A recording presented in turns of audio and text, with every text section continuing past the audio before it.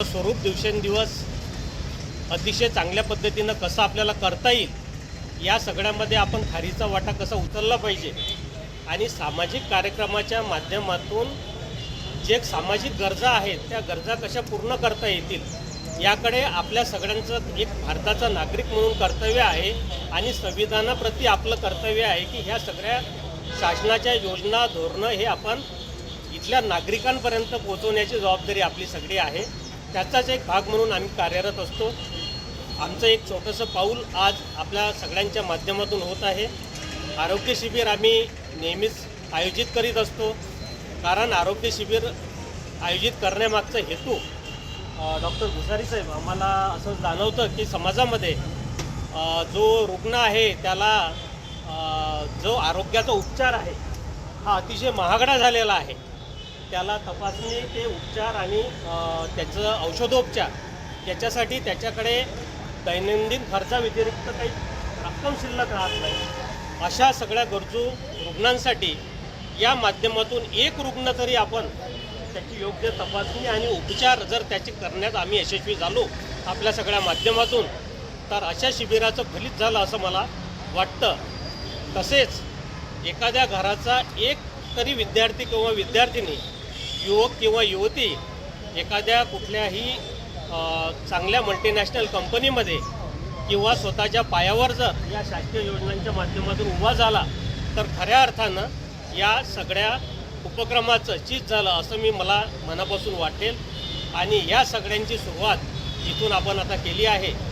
इथून यापुढेही आपण याचं स्वरूप अगदी भव्य करू। आज ज्या काही उणिवा आल्या असतील त्या पूर्ण करण्याचा प्रयत्न करू।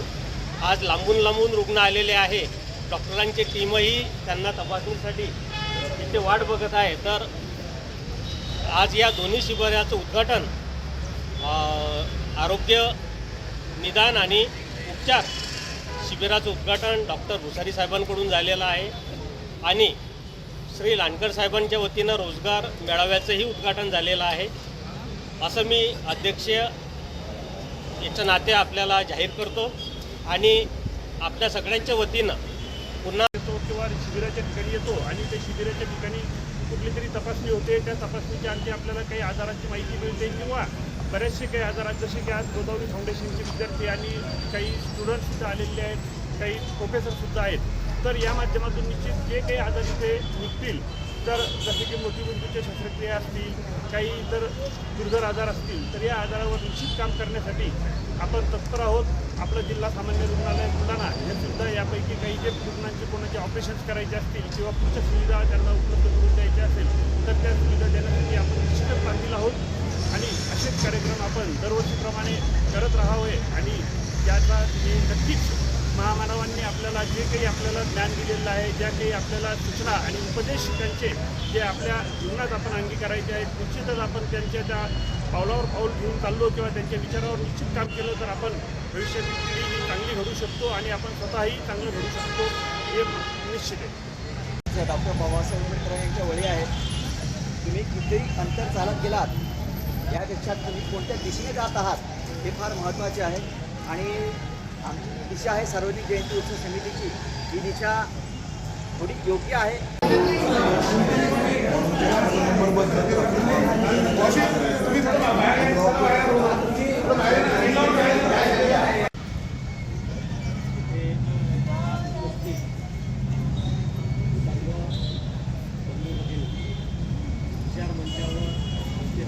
तर आरोग्य हे निश्चितच महत्त्वाचं आहे आणि हे आरोग्य सांभाळत असताना जे मेळावे होतात, जे कॅम्प्स होतात, या माध्यमातून बरेचसे रोल क्रांतीसूर्य महात्मा ज्योतिबा फुले व विश्वरत्न डॉक्टर बाबासाहेब आंबेडकर सार्वजनिक जयंती उत्सव समिती 2025च्या वतीनं आज प्रियदर्शी चक्रवर्ती सम्राट अशोक यांच्या जयंतीच्या पर्वावर आरोग्य शिबिर तसेच रोजगार मेळाव्याचं आयोजन करण्यात आलं होतं।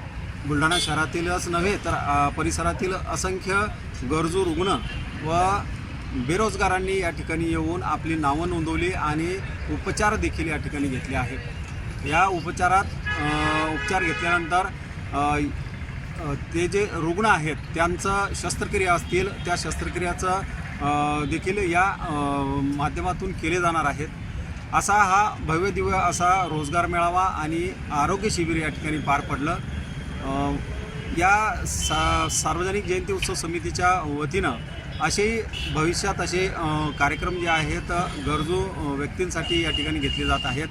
11 तारखेपासून तर सलग आणखीन 14 तारखेपर्यंत विविध कार्यक्रमाचं आयोजन जे आहे सार्वजनिक जयंती उत्सव समितीच्या वतीनं करण्यात आलं आहे. छत्रपती सम्राट अशोकांच्या जयंती उत्सवानिमित्त आज बुलढाणा शहर आणि जिल्ह्यामध्ये उत्सव समितीच्या माध्यमातून आज अतिशय भव्य असा जो जयंती उत्सव साजरा करण्यात आला त्याची सुरुवात आज झाली. या उपक्रमाची सुरुवात उत्सव समितीच्या वतीने सामाजिक गरजा लक्षात घेऊन आरोग्याचे जे प्रश्न नागरिकांना आहेत या संदर्भामध्ये भव्य आरोग्य शिबिर त्यांनी आयोजित केलं होतं. या आरोग्य शिबिरामध्ये जळगाव येथील गोदावरी फाउंडेशनचे तज्ज्ञ डॉक्टर आणि त्यांची टीम तसेच बुलढाणा शहरातील नामवंत डॉक्टर हेही यांचा समावेश होता आणि अतिशय चांगल्या पद्धतीनं हे आरोग्य शिबिर आयोजित केलं. त्यामध्ये शेकडो रुग्णांनी तपासण्या करून त्यांनी आरोग्य सुविधांचा लाभ घेतला. यासोबतच नामांकित कंपन्या ज्या मल्टीनॅशनल कंपन्या आहेत त्यामध्ये युवक आणि युवतींना जे 10वी पास असतील 12वी पास असतील ITI पास असतील पॉलिटेक्निक इंजिनिअरिंग असतील यांच्या मुलाखती आता सुरू आहेत. मुलाखतीमध्ये अतिशय चांगला युवकांचा त्याच्यामध्ये सहभाग आहे आणि त्यामधील जवळपास 25च्या वर युवक आणि युवतींना त्यामध्ये नियुक्तीचे पत्र या विविध कंपन्यांच्या वतीनं देण्यात आले आहेत. अजूनही त्या मुलाखती सुरू आहेत संध्याकाळपर्यंत. गरजूंनी याचा लाभ घेतला असल्यामुळं ही जयंती खऱ्या अर्थानं हा उत्सव समितीच्या वतीनं नागरिकांच्या सहभागाच्या वतीनं युवक युवतींच्या सहभागाच्या वतीमुळे ही लोकांमध्ये ही जयंती उत्सव एक खास त्याचं स्वतःचं अस्तित्व निर्माण करणारी झाली आहे. असेच उपक्रम या जयंती समितीने भविष्यातही घ्यावेत. आमच्या त्यांना भरपूर मनापासून शुभेच्छा.